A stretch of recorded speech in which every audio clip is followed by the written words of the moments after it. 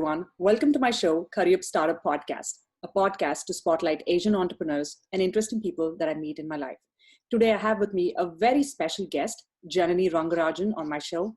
Hello, Janani. Hi. Hi, Priyanka. Janani, thank you so much for being on our show. And Janani is joining us today from Los Angeles in California, USA. So let me give you a brief background of who Janani is before we get started into the interesting stuff that she does and getting to know a little bit more about her personal journey to inspire us. Janani Rangarajan is the chair of the Bioinformatics department at the University of California, Santa Cruz, Silicon Valley Extension. She has a wide variety of experience under her belt. She has served as a QA statistical analyst at Gilead Sciences, where she supported the quality risk management department. She's also worked extensively at the Scripps Research Institute and has done a lot of interesting work in the field of custom DNA, peptide, and carbohydrate arrays. I know there's a lot of geeky stuff involved, which Janani is going to decipher for us. Ms. Rangarajan has a graduate degree in bioinformatics and extensive experience with bioinformatic tools, databases, and methods. And she's also contributed to the Consortium for Functional Glycomics and helped print the glycan microarray for the project. Welcome to my show, Janani, and it's an absolute pleasure to have you on Curryup Startup Podcast. I'm so excited to be here. Thank you for having me. Thank you, Janani. Janani, there's a lot of interesting stuff happening with COVID and, the quest for finding vaccines. How does bioinformatics really help with the present situation? Can you walk us through some science behind it? Of course. I just want to tell people that it's still out there. Just because everything is opening up, don't start going out, if it's not needed. Be careful, wear your mask. People, we're all excited. We all want to be out there, but it's still there and it's still scary. So with regards to, I just want to give you an update as to what the vaccines and drugs and what bioinformatics plays a role in COVID, because that's on everyone's mind right now, right? So I want to say that the first step in finding a vaccine or a drug was to have a complete genome sequence. So you're supposed to have a genome sequence to find out the identity as to how this virus, where did it come from, to trace out the ancestry, how it's mutating. To have the answers for all of these, you need the sequence data. And bioinformaticians are the ones who sequenced it. So that's the first step to finding a vaccine. So I would say bioinformatics played a really huge role in that. And next, what you do is you compare the identity. Once you have the genome sequence of the COVID-19, of the SARS-CoV-2, what you do is you check the similarity between that and just check out the identity, similarity, like how similar it is to the others. For COVID, it's been very scary, but at the same time, people are optimistic about getting back to the normalcy. And I hope we find some breakthroughs in a very near future. So I know we've been speaking a lot about the word bioinformatics, but for our listeners who don't belong to the field of bioinformatics, can you help us understand in layman terms what it means with an analogy maybe perhaps? Of course. I would say maybe think of bioinformatics, right? Think of like a million Lego pieces. So you go to a store, buy millions and millions of Lego pieces. You bring it back home. You're not going to lay them on the floor, So you find a storage space for it. So you take a huge storage unit with multiple drawers in it. Think of that. And then put these Lego pieces into each drawers, like a storage place. Then you slowly take them out and you start building it to make something, make something useful out of it. For example, once you build all these Lego pieces, maybe you build a house or build a palace or something. And then you say, oh my God, all these pieces fit together and you're able to do something with it. So that's what bioinformatics is. You have millions and millions of data collected every day, and you have a lot of data. So what are you going to do with the data? And you cannot just keep it there in your computer because it's a lot of storage. So you need a cloud space where you store all the data. Then these bioinformaticians, they take out the data, they analyze it, and they come up with, just like as I said, the vaccines, the drugs, especially for COVID-19, which is on all of our minds. So they kind of use all these data and use all this towards a purpose, towards a final goal of helping the humanity. So that's the goal. The Lego examples is perfect. So everybody can really relate to it. Now tell us about your career in biotechnology. How did you pursue it and how did you end up where you are today? I think I've always loved science. I always liked, I always wondered, how do people, I always question myself, like, who's finding all these drugs? I have a headache, I take a medicine, it goes away. Like, who does this? Who's behind all this? So I always had that interest in me. So as I started, I really didn't want to do computer science or electrical engineering or anything else. Like, it didn't interest me, but something about science or medicine is what always interested me. So I started doing my undergraduate in biotechnology. And I wanted to do come to the United States, and that was the dream for all of us back then, right? Absolutely, it's still a dream for a lot of people. I did GRE, that's the next step. So it's like I want to go there, and I got into bioinformatics because I thought I always had this interest towards biology, but I loved programming came naturally to me. So I thought a combination of both of those would be a great field. So I wanted to explore more, and I did my graduate degree in bioinformatics. So that's where I started. That's pretty great. So what are the 3 top skills that you would say in order to pursue a career in bioinformatics? I hope this would be useful for people who are interested. I would say handle a large amount of data. If you're not overwhelmed by a huge amount of data, and if you like handling a big amount of data, that's a really good skill that everyone looks for. Then I would say programming knowledge, having especially statistical programming knowledge, which is R programming or BioPython, having expert in all of those, and also understanding the basic concepts of molecular biology, understanding what a DNA is, what's a protein. So understanding all this basic science helps you to understand and use these programming skills towards that. That's very essential, and a mix of biology and programming really helps you be part of this breakthrough field. So that's really exciting. What do you think the future of bioinformatics is going to look like? I think it's from what I saw with how much impact it had with COVID-19. I think it's really coming up because without even going to the lab, just by solving the structure of the virus, they're able to use all these different models by just simulations in your computer and design a drug. And that's the future. And I would say that doing stuff in your computer in your home, not leaving the house. As you can see, everyone is working remotely now, and that's definitely the future. And if you're able to do that, that will expand your career, definitely. So I think it has a very good future. That's pretty great. So tell us, as the chair of bioinformatics department, what kind of questions do you hear from your students about a career in bioinformatics, or some of the challenges that they face in terms of pursuing a career in bioinformatics? The most people who contact me are, a lot of moms who get married early and then they have kids, they take a career break, and they want to come back. They have a passion and they want to do something with their life. They contact me a lot. They say that, my kids are back to school. I have like 8 hours in my hand. What can I do? Where can I start? I'm just lost. I don't know. How do I take the first step? So those are the people who contact me a lot. And there are also people who have had an extensive programming like background, and they've done programming for like 20 years. Now they're like, what, I've been programming all my life. I want to have a purpose, like my program towards finding a cure, finding a vaccine. This interests me. Is it too late?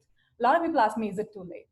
I tell them, no, it's not. As long as you have the interest to learn and you're willing to study, it's not too late. So I tell them that get a first step, get a certificate, and or take a couple of courses, see if this is for you. And if you like it and if you're interested, then commit yourself to like a 3-year course or do a doctorate. So just test and see if this is something for you. But I think anyone can do, it doesn't matter if you're 40, 50, it doesn't matter. So if you want to get into the field of bioinformatics, I'm sure you can. So that's what I tell them.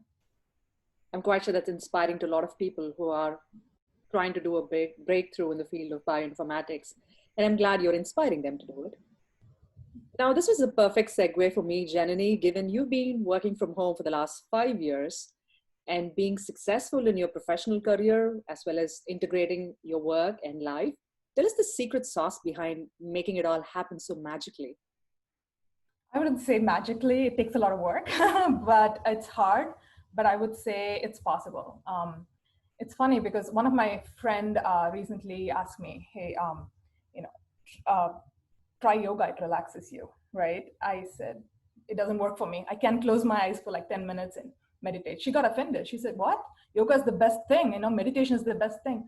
I said, people have different things that works for them, right? So for me, it's like watching TV relaxes me, so different things works for different people, and everyone has 24 hours a day. Everyone has 7 days a week.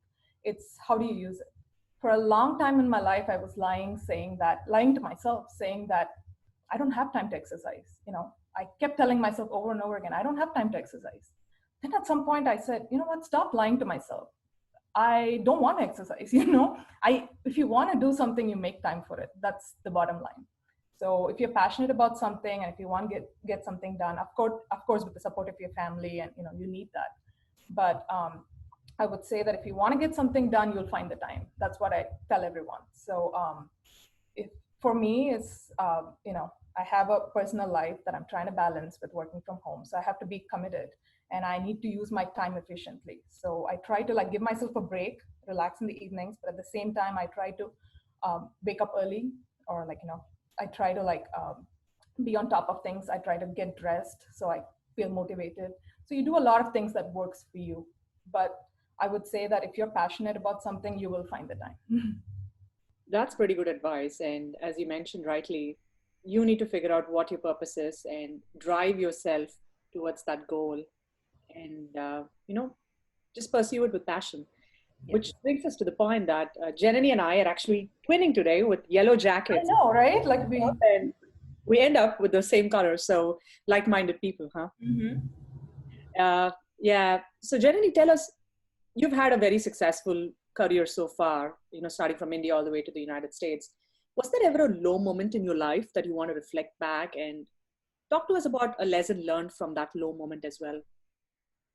I would say for me, the low moment was I started a job at USC, and I was aiming really high. I really kept going forward. I wanted to keep on expanding my skills. So I took out a project which I know was too much for me, and I and it became so overwhelming for me, like the amount of data. It was a huge cancer project, and there's so much cancer data, and I just shut myself down. I didn't take the time to analyze, and that job didn't work out for me. So I took something that was a lot more than I can swallow, and that overwhelmed me, and I kind of didn't follow through. If I put more effort into it, I think I could have succeeded, but the whole process overwhelmed me that I just shut myself down, and I just didn't feel like exploring more. And I wish I didn't let that go. So I wish I made more of an effort. So I would say that if you're really passionate about something, things are overwhelming, but just put in your effort slowly, that you could always get what you want. So don't get frustrated. That's really good advice, practical advice, right? Don't get frustrated. And sometimes I think as women, we tend to take on more than what we can actually deliver. So you have a kid as well, right? How does your daughter feel about your success? Has she shared anything? Does she really understand what you do? I don't think so. She's just happy I'm around. She's just happy I'm working from home. I'm there for her. That's all she cares right now. As long as I'm around her and she's happy. Hopefully one day, I can. My mom and my grandmother inspired me. I grew up with them. They're my role models. Like I saw them doing so much, and such strong women in my life. So that motivated me, and I'm hoping that I can show that to my daughter. I want to be happy. My happiness rubs on her. So I want to make sure whatever I do, I'm happy. I don't want to take too much that's going to overwhelm me or make me sad. At the same time, I want to do things that fulfills me, so I feel happy, and I want her to see that her mom is happy. So, And what are maybe the top two things that make you happy on a daily basis? I think just truly like spending time with my daughter. I've realized that over the time that I told myself, when I have a kid, I'm still going to keep doing, I'm going to do this, do that. But I just stopped everything, because just spending time with that innocent little thing, it just melts my heart. Like how I just started seeing the world in a different place from her eyes, how innocent she is, like how she sees the world, and as we grow up, we're not innocent anymore. Like the innocent fades away, and just reliving that innocent life with her makes me happy. And just being with my family, just knowing that my family, my friends, I have so many people that, especially for my birthday, I got so many wishes. It's not about the wish, but it's about knowing that you have a lot of people in your life. That makes me happy. Right, and people care for each other, and I'm glad you're feeling those good vibes because that's really helpful to keep us going. Mm-hmm. We have a fun rapid fire round for you, Janani. Are you ready for it? I am. Awesome. I know you're from LA, which is, to our listeners, it's on the west coast of USA. What's one fun fact about LA that you can share with us? Hollywood. Oh, It's yeah. all about like celebrities, right? So it's like wherever you walk, there are celebrities everywhere. So that's really fun. I'm sure the beach, the sun, I have like 100 things fun about Los Angeles. So That's great. So do you still have a celebrity in mind that you haven't run across? I've been to a lot of movie premieres. Before I had my kid, me and my husband, we went to a lot of red carpet events. Robert Downey Jr. is someone I'm hoping to meet one day. I hope you do that sooner. Yes. If you go back in a time machine, what would you do when you are 21? A chance to relive your life now. Oh my God, you're tempting me. Okay. I think if I go back in time, I was in a rush to start working. I was in a rush to I've always felt like I need to get my studying part done. I've always been that way, that I could just start living my real life, which is working, right? So now 10 years later, I feel like that's no longer true. Mm-hmm. If I could go back, I would have studied longer. I think I would have done my doctorate and I would have kept going, because you see that that's the age where you're free. You have a lot of time in your hands, and you could still do it, but there are more challenges now. There are more commitments. But I feel like I wish I wasn't in a rush. So I would have told myself, take your time, study, and learn a lot more, because there's so much that I don't know, and so much I wish I knew. So I could still do it, but that age, that time where you have all the time in your hands to do whatever you want. So I would have told myself, finish a doctorate, get a doctorate. So that's what I would have done. I'm glad you're reflecting it in a very positive way. And I agree with you. Sometimes we're in a rush to hit a lot of milestones, and we wish things could have been different, but Mm-hmm. that's the way nature works. So Right. be happy with the situation that you're in. Mm-hmm. Now, here's another fun question. If you have a superpower, what would it be? I'm quite sure it's not getting a doctorate, hopefully. Right. Superpower. Only one? Well, you can have two. Okay. The superpower to have two superpowers. Okay, thank you. So one would be definitely that I could just press a button and I can go back home, right? So back India, because it's so hard. Like each time, the planning, the money it takes, and it's a long flight. So I could just wake up one day and I say, hey, I want to go spend time with my parents. I want to go spend time back home with my family. So I'll just go back there, and then the evening I can come back here. So that will be the best superpower that I can get. Right. Hope Elon Musk is hearing this. Some kind of a hyperloop that takes you to a different continent.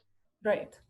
That'll be amazing. So that's one thing. What's I'm sure the other one would be like having more hands, because as a mom, and it's like I wish I had more hands. Just two is not enough sometimes. I know, hopefully the power of technology would help us do a lot of automation, but there are certain things that you as a mom have to do it. Now, here's some fun thing, and this is on request from Janani. So here's a question that she requested me to ask her.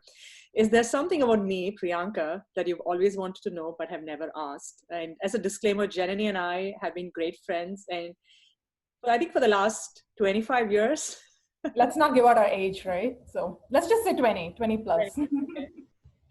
For more than a decade. So what's something about me that you wanted to know? I want to know a lot about you, but since we don't have time today, I'm going to stick to one. I always see you like you're always so motivated, right? So you're always on top of things. From what I've seen from my childhood, you're always like, what's next? What's next? So you're always like achieving and overachieving. So you've been inspiring to me. And I told you, I remember calling you once and I said, hey, watch this show on the TV. And you said, I don't watch TV. And I was like, hey, I don't think I can hear well. Let me just ask you, what do you mean you don't watch TV? I said, nah, I don't really enjoy watching TV. So I don't. Nothing. I know. So what do you do? What do you do to relax? That's a question for me. Uh, Yes. I just can't sit idle. I think that's one of the traits I've inherited from my mom. I have to constantly do something, keep thinking about something. My brain just can't sit idle. And podcast is one way in which I love to express myself. And I always look at new ways in which I can spotlight and amplify a lot of voices. And that's how Curryup Startup podcast emerged when I entered into motherhood. So thank you. But you've been very kind in terms of Well, I'm so proud of you because you know why? I see a lot of podcasts. I've just only like a month or 2 months ago, I knew what podcast is because you told me. You said I started a podcast. I said, what is a podcast, right? So after that, I've been trying to see what podcast is, and I see a lot of people bring in celebrities, bring in people who are already, who have accomplished a lot and they're popular. But the fact that you're doing this, I know you're busy, you have a 1 year old and you already have a full-time job and you're still passionate about something and you're pursuing. I'm very proud of you. thank you. So the fact that you are actually bringing talent in and people in who don't have the opportunity to showcase, or these are not, well, I'm not a celebrity, but you're bringing me in and giving me a voice, which is really nice, and I'm sure one day you'll make it big. Thank you. And I'm very grateful for people like you, Janani, and the network of people who have been guests on my show, who have spent their valuable time to share their personal insights, because I feel it's very important to project the voices of people who sometimes don't get the opportunities. They might be doing great work, but they go unpraised. And I wanted to take it up on myself when I find Asian leaders and interesting people that I meet in my life whose stories have to be heard so that I can be inspired and my fellow listeners can be inspired. So thank you for such gracious words and for your kind gesture to be on my show as well. Before we wrap up, I'm going to ask you a very fun and interesting question that I ask all my guests. What is your native language and one word to describe yourself in it?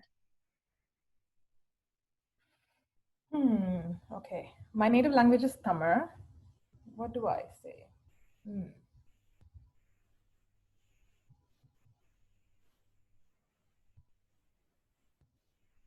Anbu. I would say Anbu. And can you translate what it means in It English? just means kindness. The world needs it right now. Love and kindness is all we need. So I would say no matter where you are, what you are, and we all need to be kind to one another. So Anbu is a very important word to me. Thank you, Janani. And you've been a very kind and compassionate leader from what I've seen you and the way you handle things with uh, gentleness and with grace. I think that's really important for women to support each other. So I'm really glad you're on the show and for sharing wonderful insights about bioinformatics. Like for me, bioinformatics is a totally new field being in the technology domain. So thank you for helping us understand it and keeping it more relevant to what we're seeing in the current times. Do you have any parting thoughts that you want to share with our listeners?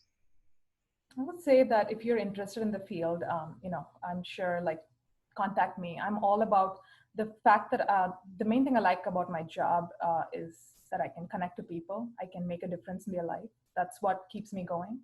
And, I talk to a lot of people on a daily basis. I try to give them opportunities. I try to, as a part of my job that I can, the certificate is a really nice program. And I try to do these courses. I can hire people if I can give them a job, or I try to, navigate them, because sometimes you need the little push, you need the little guidance. So I love talking to you guys, and if anyone wants any advice. Thank you, Janani, for those wonderful parting words. And the best part about our show is we bring in real people who are willing to help others succeed. So I'm going to share the contact information of Janani as part of our podcast episode notes. So you'll have a chance to connect with her and ask her interesting questions on what the future holds. Janani, thank you again for being a wonderful guest on my show. And thank you for joining me from Los Angeles. It's always nice to find people from different parts of the globe connecting. And to our listeners out here, I hope you had a wonderful time listening to Curryup Startup podcast. Until another episode with another interesting guest, this is your host, Priyanka Komala, signing off on your show to spotlight Asian entrepreneurs and leaders. Thank you.